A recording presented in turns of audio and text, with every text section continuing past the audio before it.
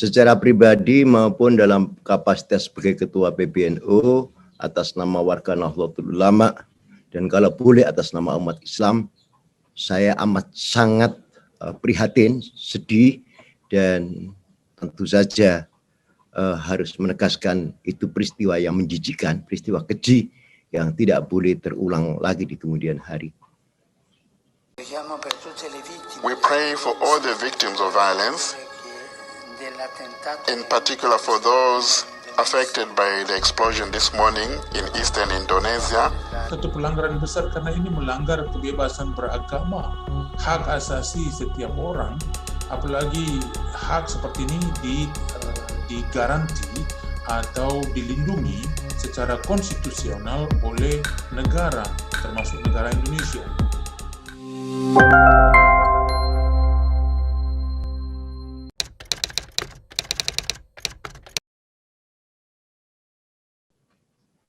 Pertama, bahwa kekerasan, apalagi tindakan teror berupa aksi bom dan seterusnya, itu sama sekali bukan ajaran agama. Agama apapun tidak pernah mengajarkan kekerasan, apalagi sekali lagi teror. Untuk itu, perkenankan saya sekali lagi sebagai pribadi atas nama Ketua PBNU, atas nama warga Nahdlatul Ulama, dan jika boleh atas nama Muslim di seluruh penjuru dunia, mengucapkan rasa simpati yang sedalam-dalamnya kepada teman-teman Kristiani.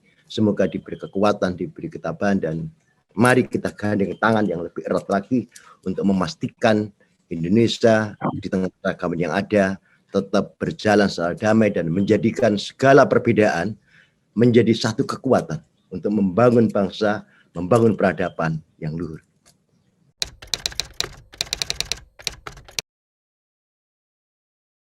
Ya, pertama bahwa seluruh agama, seluruh ajaran agama itu memiliki dimensi teologi. Ya. Kemudian ada dimensi yang terkait dengan prosesi peribadatan atau ritual. Ya.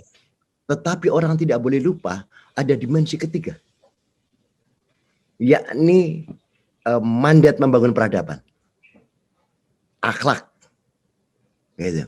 Nah, saya melihat bahwa potensi adanya sikap ekstrim itu juga ada di semua agama. Meskipun kalau boleh dibilang jumlahnya kecil sekali. Ya. Kecil. Tetapi karena ini di dalam hamparan yang katakan saja kita anggap sebagai apa namanya alat lukis begitu, ya. Kainnya gitu, maka kemudian ada titik hitam, maka titik hitam itu menjadi kelihatan. Sebetulnya hanya satu titik saja noktah hitamnya, nah, sehingga menjadi kelihatan terang dan mencoreng. Tetapi mayoritas agama penganutnya tidak menggunakan teologi kekerasan. Nah, kenapa itu terjadi? Kalau misalnya itu bersumber dari agama, karena ada juga kekerasan, terorisme yang juga bukan berada dalam lingkup penganut agama tertentu juga ada, maka hemat kami harus disinergikan tiga aspek ini sekaligus. Tidak boleh agama itu dilihat hanya dari aspek teologisnya. Kalau teologisnya, apalagi teologisnya itu masih menggunakan pendekatan artifisial, penamaan, ya, maka itu pasti menyorongkan perbedaan. Tetapi kalau misalnya aspek teologisnya yang diperkuat adalah keesaan Tuhan, maka seluruh agama sama. Oke? Nah, itulah yang perlu diperkuat. Yang kedua, aspek ritualitas saya kira harus menghargai masing-masing penganut agama, baik di dalam intern agama maupun di masing-masing antar pemeluk agama. Yang ketiga, soal mandat untuk mewujudkan peradaban, akhlak, budi pekerti. Ini kan mandat semua agama, sehingga bisa dikatakan agama, mohon maaf termasuk saya yang ngerti dengan pasti Islam. Islam itu sekaligus agama kemanusiaan. Karena aspek teologis, aspek ritualnya sekaligus aspek tasawufnya itu adalah dalam rangka mewujudkan kehidupan yang harmoni di tengah keragaman yang merupakan sunatullah itu, dan guna mewujudkan peradaban yang luhur. Ini keren, dan semua agama sama. Nah, poin saya, di tengah keragaman yang ada, bagaimana kita memperkuatnya? Ada dua. Kalau dibelah di dalam kehidupan ini, ada umat manusia yang menganut agama dan keyakinan tertentu. Nah, tapi kemudian harus kita akui, dan itu merupakan hak mereka. Ada yang tidak memeluk agama dan keyakinan tertentu. Nah, bagaimana mewujudkan kehidupan harmoni di tengah keragaman yang ada bagi para pemeluk agama? Maka yang harus kita kedepankan, yang harus kita jadikan dasar pijakan dan kita glorifikasi bersama-sama adalah nilai-nilai humanitarisme dalam agama. Jadi nilai-nilai kemanusiaannya, mohon maaf, mempersekusi orang lain tidak dibenarkan. Nilai kemanusiaan, gitu kan? Bahwa orang harus sopan, harus sama dengan siapapun, tanpa melihat agama, tanpa melihat suku, tanpa melihat bahasa, tanpa melihat apapun, golongan dan seterusnya. Nah, itu ajaran agama, itulah humanitarianisme dalam agama. Semua agama punya. Mari kita perkuat, mari kita perbesar ruangnya, mari kita glorifikasi. Yang kedua, bagi yang tidak menganut agama dan keyakinan tertentu, apa ikatan yang paling kuat? Nilai etik universal. Semua orang punya nilai etik, bahwa yang namanya berperilaku tidak santun, tidak sopan secara etis, tidak ada yang membenarkan orang yang tidak beragama sekalipun. Nah, kalau dua hal ini harus utamakan dalam kehidupan kita selaku keluarga, di tengah masyarakat di lingkungan kita, dalam berbangsa, bernegara, dalam pergaulan global, saya percaya dunia akan lebih damai dan ke depan peradaban yang luhur akan bisa diwujudkan. Karena di situ pasti tidak ada eksploitasi powerful kepada powerless. Itu.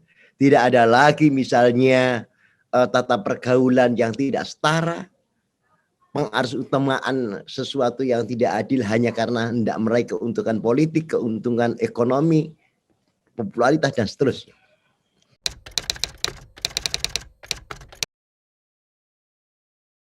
Semua penganut agama harus memahami dengan sungguh-sungguh pesan-pesan baik yang langsung dinyatakan oleh Tuhan.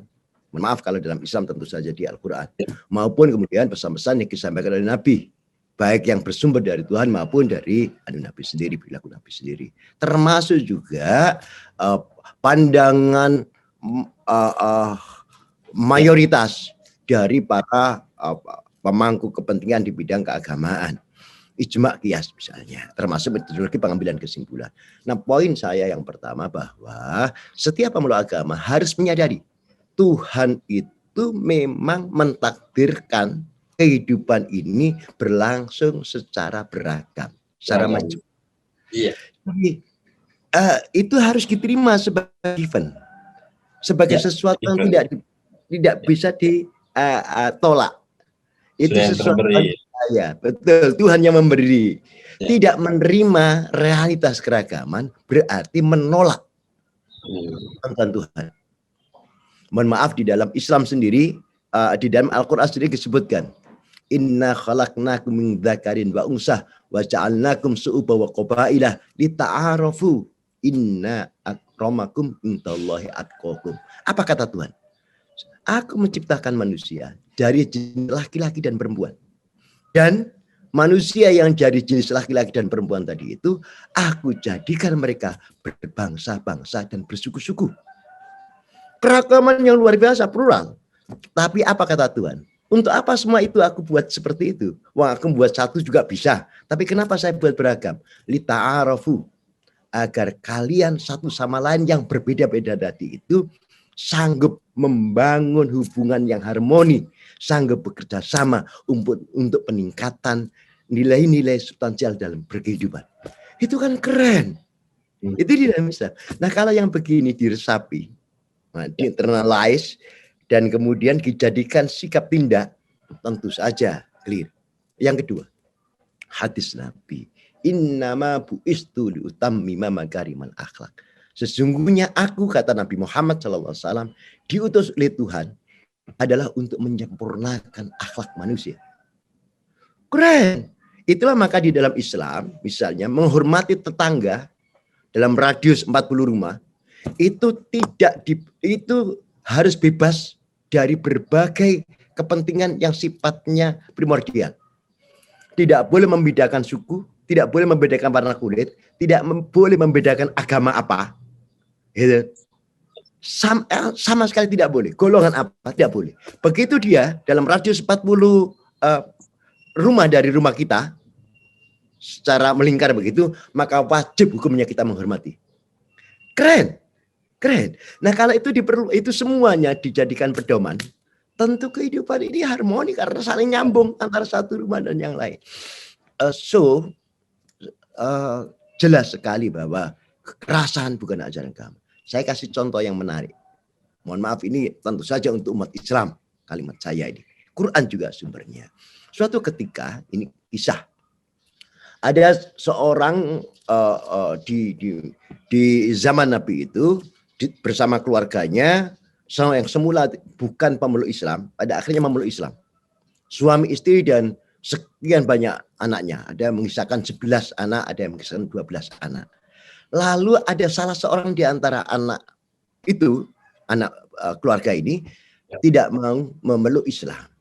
Orang tuanya, bapaknya lah, sebut saja begitu, yang sudah sepuh, yang sudah tua, merasa bahwa saya punya tanggungan. Nanti jangan-jangan saya nanti di akhirat tidak bisa masuk surga. Gara-gara anak saya belum masuk Islam. Maka dipersuasi, dikasih janji-janji, kalau mau masuk Islam begini, kasih harapan. Tetap dia mau. Sampailah pada akhirnya merasa hilang akal. Kisah ini kemudian nyampe di telinga Rasulullah Muhammad SAW. Ada sahabat yang kemudian melaporkan ini, mengadukan ini, mempertanyakan ini. Maka bukan hanya Nabi yang turun tangan, tapi Tuhan sendiri yang turun tangan. Turunlah ayat di dalam Al-Quran, la ikraha fiddin. Tidak boleh ada kekerasan dalam agama. Artinya pula, la dina fi ikrah. Bukan agama kalau di dalamnya mengandung unsur kekerasan. Ini orang tua kepada anak. Apalagi orang lain. Apalagi yang jelas-jelas berbeda keyakinan. Berbeda suku misalnya. Berbeda bangsa misalnya. Berbeda warna kulit misalnya. Berbeda golongan misalnya.